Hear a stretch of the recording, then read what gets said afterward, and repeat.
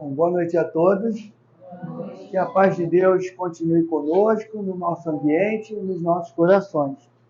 O Ricardo e o Cláudio vão cantar a música do Padre Germano para a gente preparar nosso ambiente para a página de abertura.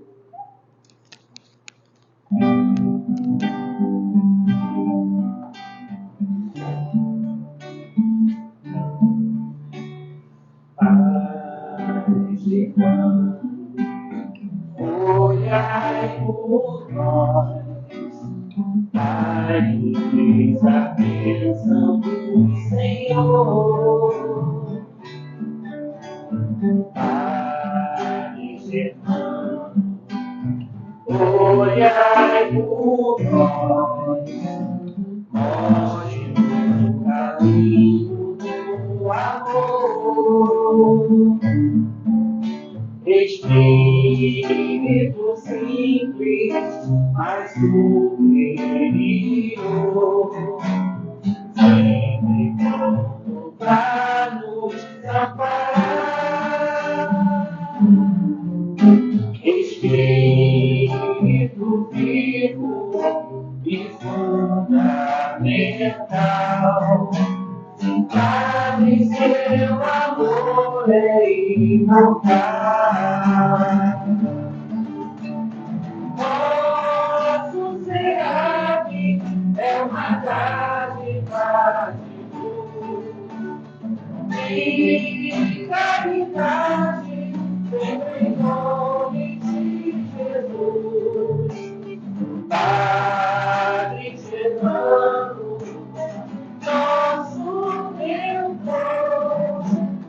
fonte de perdão e de amor. Padre Germano, nosso Deus, fonte de perdão e de amor.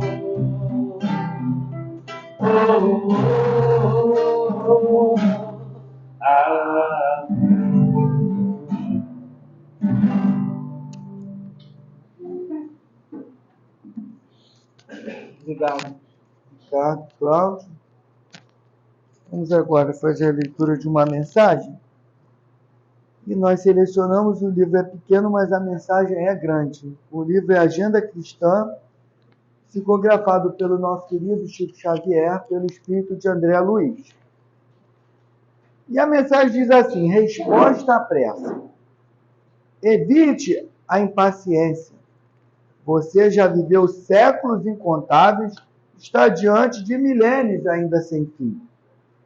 Guarde a calma, fuja, porém, da ociosidade, como quem reconhece o decisivo valor de cada minuto. Semeie o amor. Pense no devotamento daquele que nos ama desde o início. Guarde o equilíbrio. Paixões e desejos desenfreados são forças de arrasamento na criação divina. Cultive a confiança. O sol reaparecerá amanhã no horizonte e a paisagem será diferente. Intensifique o próprio esforço. Sua vida será o que você fizer dela. Estime a solidariedade. Você não poderá viver sem os outros, embora, na maioria dos casos, possam os outros viver sem você. Experimente a solidão de quando em quando. Jesus esteve sozinho nos momentos cruciais da sua passagem na Terra. Dê um movimento construtivo às suas horas. Não converta, no entanto, a existência numa torre de Babel. Renda culto à fiel paz. Não se esqueça, todavia, de que você jamais viverá tranquilo sem dar paz aos que pisam no seu caminho. Bom, meus irmãos, a mensagem é bem pequena, mas é muito grande. Por quê? Porque nos incentiva, nos orienta a que a gente tenha paciência, a que a gente valorize as pessoas, a que a gente valorize a oportunidade de ajudar o próximo, a que a gente não tenha desespero. Nós vivemos milênios e ainda temos milhões de anos pela frente. Então, por que pressa? E às vezes a gente quer resolver tudo de uma vez só e acaba atropelando, acaba às vezes trazendo sofrimento, trazendo discórdia, por um momento, por uma coisa às vezes tão banal, e que a gente valoriza mais aquele desavença do que as coisas boas que a vida nos oferece. Bom, vamos elevar então agora o nosso pensamento a Deus, nosso Pai, e vamos agradecer ao Pai pela oportunidade de mais um dia, pela oportunidade de estarmos na casa de Deus, por tudo que recebemos, ainda que tenhamos recebido coisas ruins, porque as coisas ruins são ferramentas de aprendizado. Então, obrigado, Pai, pelo dia, obrigado, Pai, pela nossa família, que é aquela que nós precisamos. Obrigado, Pai, por abrir essas portas para nos receber. E assim, agradecidos pela oportunidade, pelas bênçãos que já estamos recebendo nesse momento, pedimos a permissão ao Pai para dar por iniciada a reunião dessa noite. Graças a Deus, em nome de Deus nosso Pai, está iniciada a reunião. E o nosso irmão Ricardo, eu vou colocar o microfone, porque senão ele ia cantar sozinho, né? Ao contrário.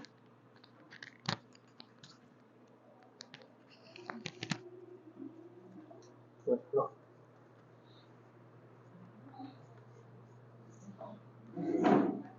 Vai. Agora tu ligar o som. Muito boa noite a todos. Boa noite. Sejam todos muito bem-vindos. Que a gente possa aproveitar o estudo dessa noite da melhor forma possível para as nossas vidas.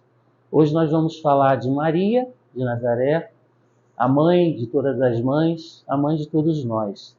Mas antes, em respeito a Maria e em homenagem a Maria também, eu vou pedir para que vocês elevem o pensamento a Deus e agradeçam pelo fato da gente ter mais um dia vencido aqui, nesse momento, e com saúde. Então nós vamos ouvir uma canção e quando a gente ouve, a gente se arrepia. Vamos lá. Pedir ao DJ.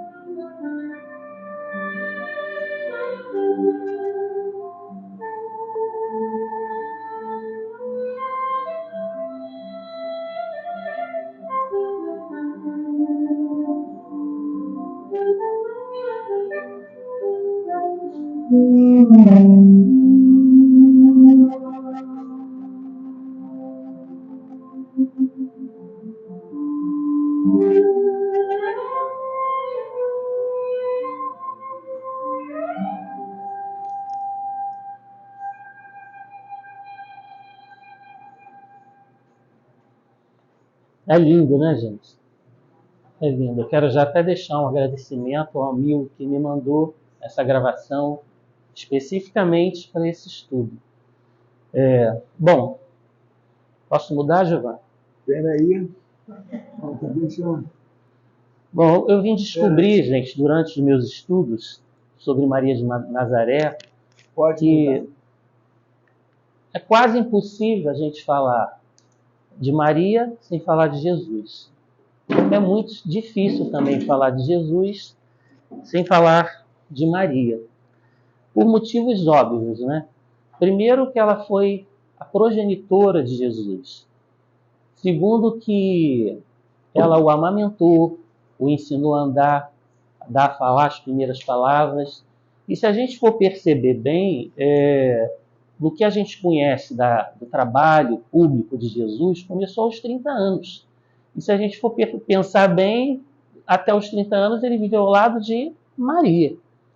E de José também, né, que foi um outro grande espírito, porque se não fosse assim, acho que jamais Deus, nosso Pai, confiaria seu filho Jesus e Maria aos cuidados de José, que ficou sempre nos bastidores, fazendo tudo aquilo que era possível para que realmente acontecesse aquilo que já estava programado. E, sendo assim, vocês imaginem se... Mas José, quando Jesus tem mais ou menos 23 anos, José desencarna. E aí ele viveu o resto desse período, até os 30, ao lado de Maria o tempo todo. E vocês notem que naquela época, né, a sociedade é uma sociedade patriarcal, aliás, que quando os maridos morriam, as mulheres casavam com os irmãos dos maridos. E Maria não se casou. Maria continuou ao lado de Jesus, atento ao que ela precisava fazer para que Jesus realmente conseguisse cumprir a sua missão. E vocês imaginem se Jesus tivesse uma mãe ciumenta, por exemplo. Né? Se ela tivesse uma mãe ciumenta, vocês conhecem alguma mãe ciumenta aqui? Não, nenhuma. Aquelas que fala que cria o filho para o mundo, mas quando a gente pergunta, e onde é o mundo? Ela fala, nossa casa. Então, quer dizer, isso poderia sim, né, mudar a personalidade do menino Jesus, vamos dizer assim. Mas isso, gente, não aconteceu porque Maria, e isso me deixou tão encantado na história da Maria, que eu vim a caráter, eu vim com uma camisa de Maria com Jesus. Né, que ela foi um espírito tão bem preparado, e é até hoje um espírito tão bem preparado, que isso não aconteceu. Ela realmente conseguiu cumprir a sua missão. E segundo um espírito chamado Miramês, vocês já ouviram falar em Miramês? Fernando Miramês de Olivídio. Ele era um espanhol, eu vou falar dele, mas antes eu vou falar do médium chamado João Nunes Maia, que foi amigo do Chico, nasceu também em Frei Leopoldo, e ele estava sempre com Chico Xavier, e através desse médium, Miramês conseguiu mandar vários livros, várias obras, que são maravilhosas. São mais de 30 obras, e uma dessas obras é o livro chamado Maria de Nazaré. Né? Miramês era esse. Então eu vou abrir um parêntese para falar um pouquinho de Miramês, para que a gente consiga entender mais ou menos quem foi esse espírito. Miramês foi um fidalgo espanhol, amigo do rei Felipe IV, na Espanha, e que ele era uma pessoa assim, tão honesta, tão correta e tão preocupada com os pobres, que ele atrapalhava as decisões, às vezes, do rei, que não era tão correto assim. Então ele resolveu matar 2 coelhos com uma cajadada só. Ele resolveu, ao saber que Portugal tinha descoberto a terra de Santa Cruz, que a partir de agora eu vou chamar de Brasil, ele quando soube disso, que Portugal estava cada vez tirando mais riquezas do Brasil e ficando cada vez mais rica, ele resolve então mandar uma expedição da Espanha para o Brasil. E ele descobriu que ele poderia mandar Miramês, que só assim era uma pessoa honesta, que ele podia confiar, e ao mesmo tempo tiraria ele de perto para que ele pudesse tomar as decisões dele um pouco ilícitas, né? Então ele manda nessa expedição Miramês para o Brasil, achando que Miramês não ia gostar, mas Miramês era uma pessoa tão preocupada com os pobres, e eles já vinham estudando o povo indígena, os escravos que foram tirados da sua terra para vir para o Brasil, que quando ele soube da notícia, ele adorou. e veio ao Brasil. E ao chegar no Brasil, Miramês encontra os índios, né? Aqui são os barcos espanhóis chegando, encontra os índios que vieram recebê-lo com maior felicidade, porque os índios gostavam quando os barcos chegavam, porque eles traziam colares, presentes, então os índios estavam sempre ali. E Miramês, ao pisar nas terras brasileiras, na areia da praia, sai de lá de dentro da tribo um pajé, que era o feiticeiro, e começa a chamar Miramês de Babagi. Babagi, Babagi, todos os outros índios começaram Babagi, Babagi, e Babagi era um espírito de cura. Eles viam no Miramês um espírito de cura. E Miramês nem de longe era médico, mas ele descobriu que o lugar dele era ficar no Brasil, ele passou a mandar as mensagens para o rei, nunca falava nada que atrapalhasse os índios ou os escravos, e Miramês fez tanto bem que se tornou aos índios e aos escravos, que ele ficou conhecido como Pai Branco, ou luz que vem do sol, de tanto bem. Ele permaneceu o resto da vida dele no Brasil, cuidando dos índios e dos escravos, de forma que quando ele veio desencarnar, ele conseguiu unir a todos, os índios com os escravos. Todos vieram no seu leito de morte dar um abraço nele antes que ele desencarnasse. Então, no mundo espiritual, Miramês começou a nos mandar as obras através daquele médico, João Luiz Maia, e uma dessas obras, que é Maria de Nazaré, vem nos contando coisas assim incríveis que me deixou encantado, porque o que a gente conhece da história de Maria é Maria encarnada ao lado de Jesus, acompanhando tudo que Jesus fez. Só que Miramês, nessa obra, vem dizendo que Jesus é um espírito puro que pertence a uma falange de engenheiros siderais e que ele tem mais ou menos 5 bilhões de anos. E há mais ou menos 3,5 a 4 bilhões de anos, Jesus ajudou Deus, nosso Pai, a cocriar a Terra, planeta o qual hoje ele é o governador e o mentor espiritual. Só que, há mais ou menos 2.500 anos atrás, quando houve aquela reunião entre os espíritos puros, dito por Emmanuel no livro A Caminho da Luz, e que foi decidida a encarnação de Jesus na Terra, Jesus partiu para a constelação de Sírios para procurar um espírito chamado Sofia. E chegando em Sírios e achando Sofia, ele foi convidar Sofia para que viesse ser na Terra a sua mãe. Só que Sofia, naquele momento, ela negou, porque ela disse que ela não tinha evolução moral e nem intelectual para ser a mãe do Cristo. Só que Jesus fala para ela o seguinte, fala, você na Terra terá o apoio de uma legião de anjos, um deles, Gabriel, e terá a presença o tempo todo do seu filho, Jesus. Ela então resolve aceitar o convite e a partir de então Jesus começa a preparar a magnetização de toda a Palestina, compreendida entre a Pérea, Judéia, Galiléia e Samaria, para que Sofia descesse a Galiléia, onde ela iria nascer, e a partir de então ela é acompanhada por vários anjos e ela desce até a pequena casa onde ela encontra seus futuros pais, Eli e Ana. E ali ela se ajoelha e ora e agradece a Deus pela oportunidade e agradece e jura resignação e obediência aos seus pais e a Deus. Tempos depois nasce Maria na Galiléia. Quando criança, ela é levada aos 8 anos a Jerusalém para poder conhecer alguma coisa sobre as leis, né, de Moisés. E aos 16 anos é quando ela encontra com o espírito Gabriel. Dá para perceber que o espírito está ali? Dá, né? Vocês já notaram que todo nome de anjo termina com El, tudo nome bonito? Gabriel, o que mais? Rafael, Ricardel não tem, né? Não vai ter tão cedo, porque eu não vou conseguir tão cedo. Então, vocês imaginem, o anjo traz uma notícia para ela, né? e fala: Maria, não fala Maria, fala: Salve Maria, você está em graça,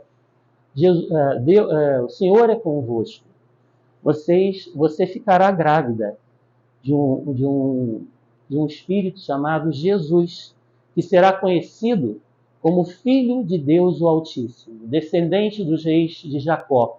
Vocês imaginem uma menina de 16 anos aproximadamente, encontra num lugar um espírito que fala isso para ela. Se fosse no dia de hoje, ela sai correndo, né? Com medo, né? A gente pensa em ver um espírito, já fica preocupado. Então, mas ela era uma pessoa tão preparada no mundo espiritual que na hora... Voltou a tela. Que na hora ela coloca para Gabriel, ela coloca então para ele assim: eu sou a serva do Senhor, que seja feita em mim de acordo com as suas palavras. Ou seja, a partir de então, Maria está grávida de Jesus e depois de algum tempo nasce Jesus. E essa foto aqui tem a ver quando, naquela época, quando a criança nascia, era comum ser circuncisado. E ela leva junto com José Jesus ao templo de Jerusalém. E lá ela encontra um homem chamado Simeão, um homem muito idoso, que quando percebe o casal com o menino Jesus, ele pede a ele se podia pegar a criança no colo. E quando ele pega a criança no colo, ele olha para os céus e diz que naquele momento, a partir daquele momento, ele já pode se entregar ao mundo espiritual, porque ali ele já tinha visto, os seus olhos já tinham visto a criança que salvaria a humanidade. Ao mesmo tempo, ele fala para ela que, devido a Jesus, que ela teria uma espada de dor que transpassaria o seu coração. Imagina logo no começo você já tem uma notícia dessa, né? É complicado. Mas Maria, mesmo forte, recebeu a notícia e continuou seguindo a sua caminhada, porque ela sabia que Jesus era alguém diferente, que já tinha sido dito a ela pelo anjo Gabriel que ele viria ao mundo e seria o rei já da cidade de Jacó. Aqui é uma passagem que no estudo passado, Mônica falou do momento em que Jesus, José e Maria estão em Jerusalém, e na hora de ir embora, José acha que Jesus está com Maria e Maria acha que Jesus está com José. E eles vêm embora na caravana e percebem depois que Jesus não estava ali. Então eles voltam correndo, né? E quando chegam lá, eles encontram Jesus e Maria pega no braço de Jesus e fala: onde é que você estava? E eu e seu pai estávamos aflitos. E Jesus fala para ela: então, mulher, você não sabe que eu tenho que cuidar das coisas de meu pai? Ou seja, algo totalmente assim, diferente, né? Porque pai era o José, mas ao mesmo tempo ele tinha que falar do pai, nosso pai, Deus, né? Pai de todos. Né? Então, é um momento bem diferente. E aqui também foi falado pela Mônica que é o primeiro milagre de Jesus, né? Que são na boda de Caná, onde Jesus transforma água em vinho. E a passagem é mais ou menos de que Maria chega perto de Jesus e fala: acabou o vinho. E Jesus fala: e o que queres que eu faça? Mulher, tu sabes que ainda não chegou a minha hora. E ela simplesmente não dá nem conta disso. Ela simplesmente fala para os empregados: façam tudo que ele pedir. Ou seja, Jesus então pede que eles encham as tinas de água. Ele vai ali e transforma água em vinho e vinho de boa qualidade. Mas aí me remete que esse momento é a primeira intercessão de Maria mediante a Jesus, para que fosse feita alguma coisa. Né? Então, só tem uma coisa que eu já percebi, que eu venho estudando, que eu noto que assim, Jesus, para transformar em vinho, ele tinha que ter água e ele pede, né, para que os serviçais lá botassem a água nas tinas. Né? Da mesma forma que naquele período em que ele multiplica os pães e os peixes, vocês já perceberam que eram mais ou menos 5.000 pessoas, ele multiplica aquilo, mas ele pergunta aos discípulos: quantos pães tem? Quantos peixes tem? Vocês têm? E os discípulos, né? Temos uns peixinhos, uns pãozinhos, né? Porque estão esperando o povo ir embora para eles fazerem a reunião da diretoria, né? Mas aí Jesus pega e transforma aquilo em caminhão de peixe, de pão. E isso me remete a uma coisa que eu acho super interessante. Eu acho que quando a gente pede alguma coisa a Jesus ou a Maria, eu acho que a gente tem que dar alguma coisa de nós, nada material, mas alguma coisa do nosso interior. Porque é a mesma coisa que você orar, pedir. Cara, passou aqui. É a mesma coisa que você orar e Tá no pedir. primeiro.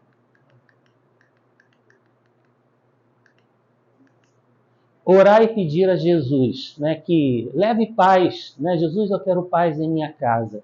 Mas se você não levar você mesmo paz para sua casa, como você quer que Jesus multiplique isso?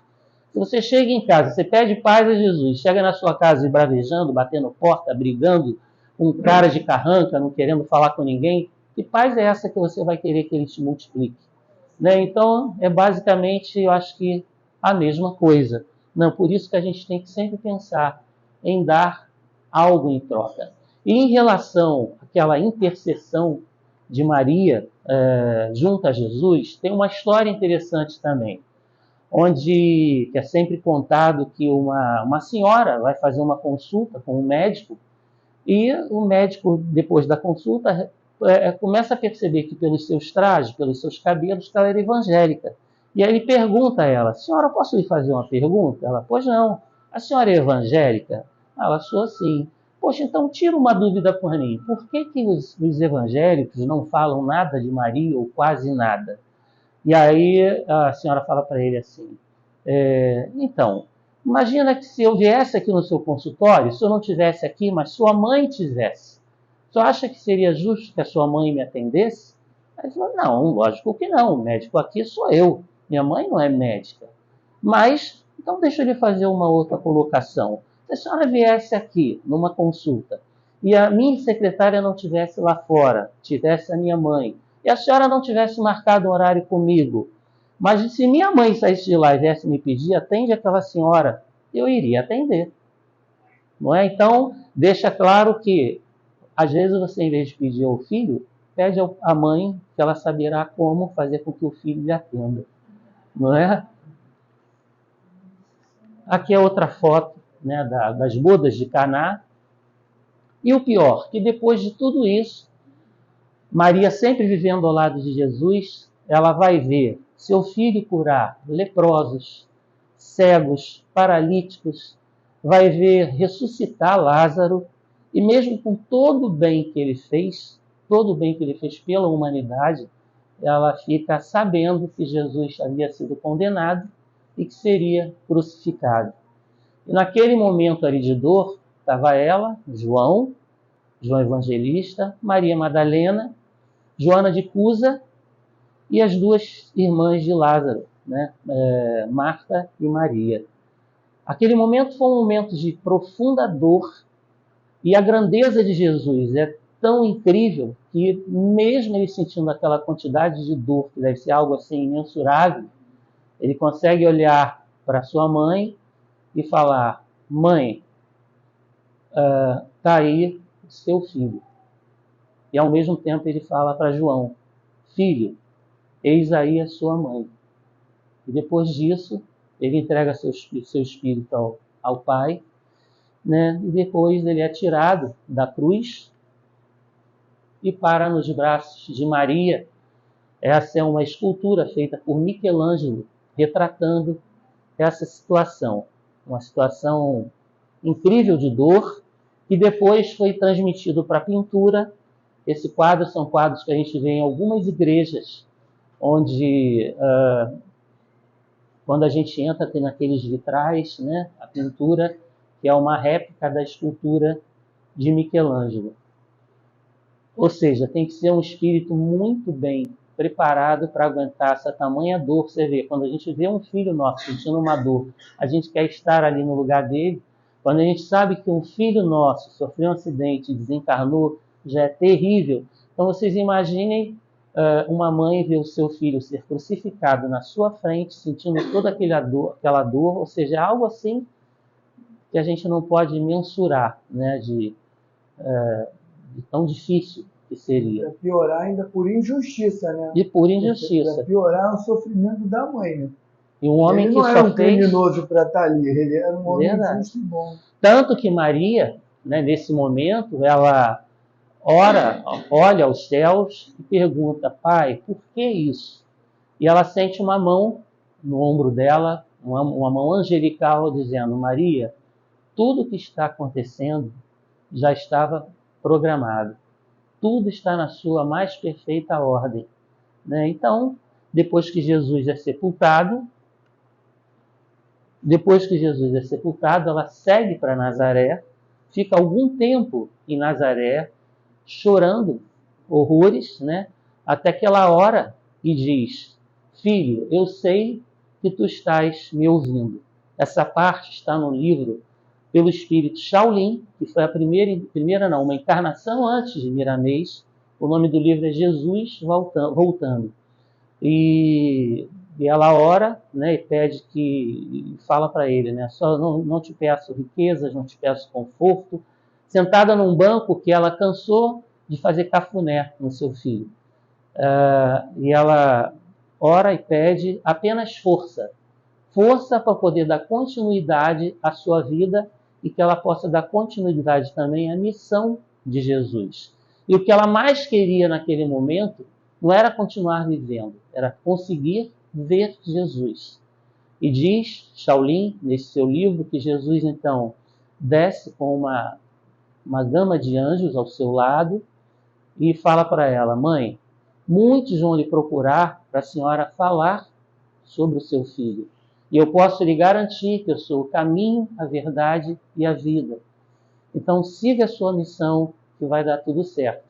Depois dele aparecer para Maria, ele começa as suas 14 aparições, né, em vários locais, como a gente já conhece, né, que já foram ditas no Evangelho. E um tempinho depois, João, né, vai para Nazaré, encontra com Maria e fala para ela: Mãe, eu curei um príncipe em Éfeso e ele me deu uma pequena casa com a vista direto para o mar. Vem comigo, vem viver comigo. E ela nem pensou duas vezes, juntou as suas coisas e foi com João para Éfeso. E lá, logo que ela chega, ela recebe um peregrino leproso, que ela cura esse peregrino. E a partir de então, esse peregrino, que era da região, começa a chamar essa pequena casa dela, em Éfeso, de casa da Mãe Santíssima. E ela então começa a fazer várias reuniões como essa aqui, para atender a todos os leprosos, as pessoas que tinham dificuldade de vida, para acolher todas aquelas pessoas que sofriam. E isso durante vários anos. João Evangelista fazia as suas pregações durante o dia e à noite estava em casa ajudando Maria a poder atender a todos aqueles que necessitavam. E ela assim foi ficando cada vez mais conhecida. Porém, diz as Escrituras que mais ou menos aos 60 anos, né, Maria, já cansada, recebe, no final da noite, depois de ter atendido um monte de gente, ela recebe a visita de um peregrino que ela fala: meu Deus, depois de eu ter atendido tanta gente, ainda surge mais essa pessoa. E essa pessoa entra de capuz, né, e de capuz ela continua, e essa pessoa começa a recitar as bem-aventuranças, começa a falar um monte de histórias de Jesus. E ela pede então que ele estique as suas mãos e quando ela percebe, ela vê as marcas dos cravos. E aí ela fala: filho, eu sei que é você. Aí ele tira o capuz e fala para ela: sim, mãe, sou eu. Eu vim aqui te buscar, amando de meu pai.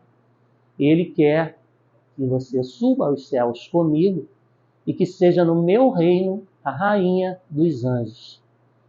Aí ela fala para ele: sim, mas meu filho, eu quero apenas, antes de subir, eu quero apenas ver os meus filhos que creem em ti e continuam te defendendo na terra. Passou? Acabou? Já sei, acabou. Que pena. Bom, Tinham outras fotos, mas não estão aqui. Então, depois disso, ela sobe aos céus, não, os anjos a vêm buscar, e ela chega, ela pede para ir naqueles calabouços onde estavam os presos os cristãos e que seriam devorados na arena pelos leões. Né? Então, o que acontece é que ela para do lado, no ouvido de uma menina, em espírito, né? E fala para a menina: creia, meu filho, e entre na arena cantando.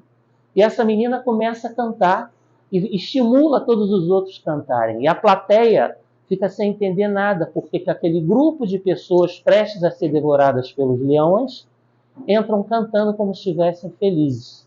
Né? E assim, Maria sobe aos céus e trabalha até hoje, gente, porque a primeira coisa que ela pede é para cuidar, né, do vale dos suicidas. Ou seja, todos aqueles que perdem o interesse em viver e tiram a própria vida e teoricamente vão para o vale dos suicidas, Maria acolhe e cuida. Então surge nesse momento a legião dos servos de Maria e o hospital de Maria no mundo espiritual.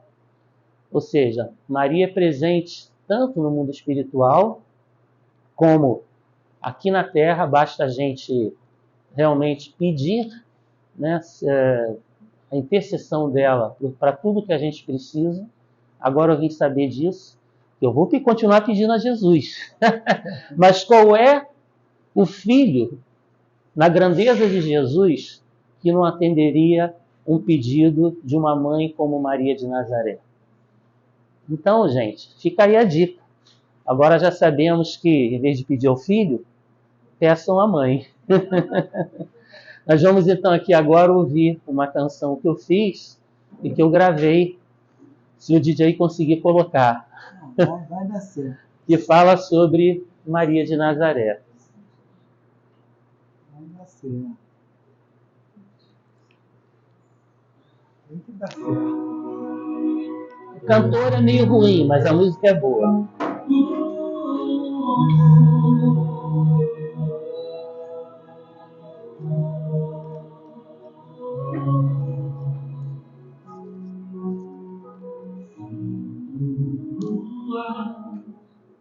Uma bênção de luz é a mãe de Jesus a nos tocar. Santa Maria, que ao amor nos conduz, nos induz no caminho de amar. Mãe do amor, destinado a nós, posso ouvir tua voz nos chamar para nos dizer que devemos mudar nossa forma de agir e pensar. Tudo amor que pudemos doar, sempre amenizará as tristezas da vida. Todo amor que pudermos doar, sempre estará. Mãe Maria, querida.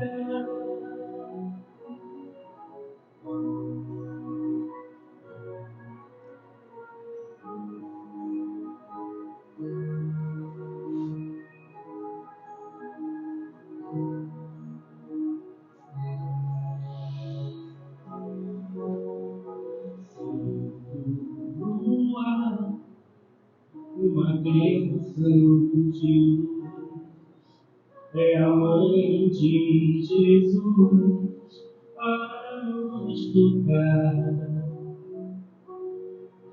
Santa Maria, teu amor nos conduz, nos induz no caminho de amar. Mãe do amor, destinado a nós, nosso sorriso, a voz, nos chamar, para nos dizer que devemos mudar nossa forma de agir e pensar. Todo amor que pudermos doar, sempre amenizará as tristezas da vida. Todo amor que pudermos doar, sempre amenizará. Mãe Maria querida, todo amor que pudermos doar, sempre amenizará as tristezas da vida. Todo amor que pudermos doar, sempre amenizará. Mãe Maria querida.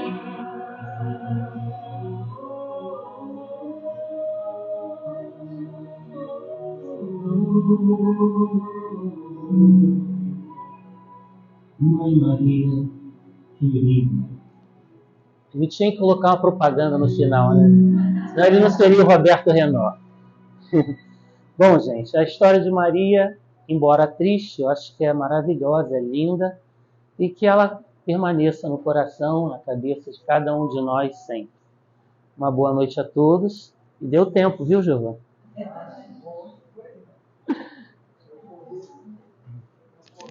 Na abertura, mas você administrou bem.